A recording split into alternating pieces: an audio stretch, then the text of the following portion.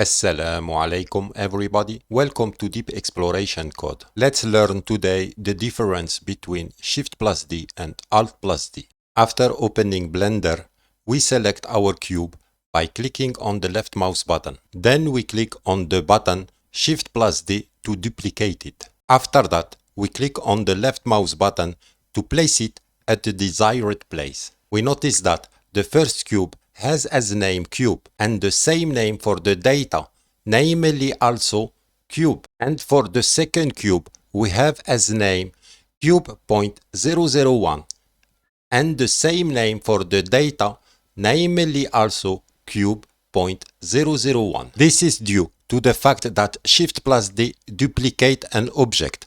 However, the duplicated object is separate and each of them has its own name because each of them has a distinct data object. So, Shift+d has the ability to duplicate with fully independent copy.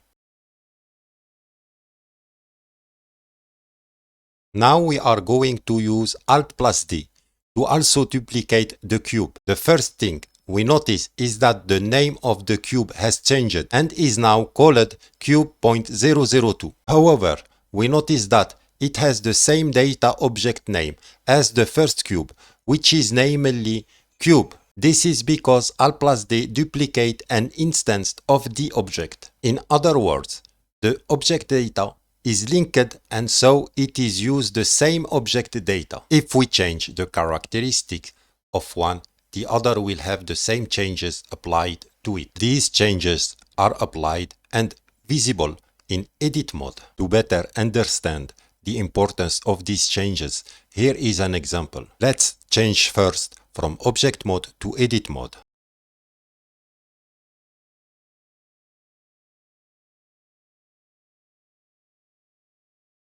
When we move the mouse, we notice that the two cubes change and not one because the object data are linked when we use alt+d. Once we go back to object mode, these changes remain. Now, let's select the cube we have duplicated and then go back to edit mode. When we click on the button S to change the scale of the cube, we notice that only this cube changes and not the other. This is due to the fact that Shift+d duplicated with fully independent copy.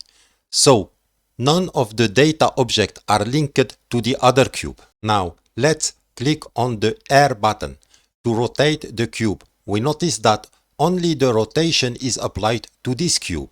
If we go back now to the object mode, we notice that the changes have been applied only to this cube. Now, let's select the following cube. Then, go back to edit mode. Next, we also rotate the cube by clicking on the R button. We notice that the two cubes rotate because the data are linked. This is applied in edit mode.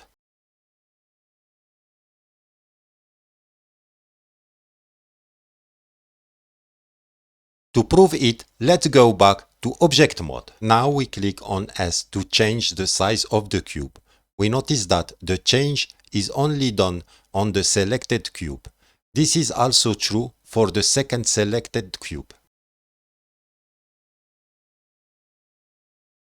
If we stay in object mode and by rotating the cube by clicking on the R button, we notice that only the cube rotates. In the same way, if we go back to edit mode, then we do a rotation by clicking on the R button, we notice that only this cube rotates. In the same way, if we go back to object mode, then we select the next cube and then we do a rotation by clicking on the R button, we notice that only this cube rotates. On the other hand, if we go back to edit mode, then we make a rotation by clicking on the R button, we notice that both cubes rotate. Here is the difference between Shift+d and alt+d. Thanks for watching. I hope to see you next time.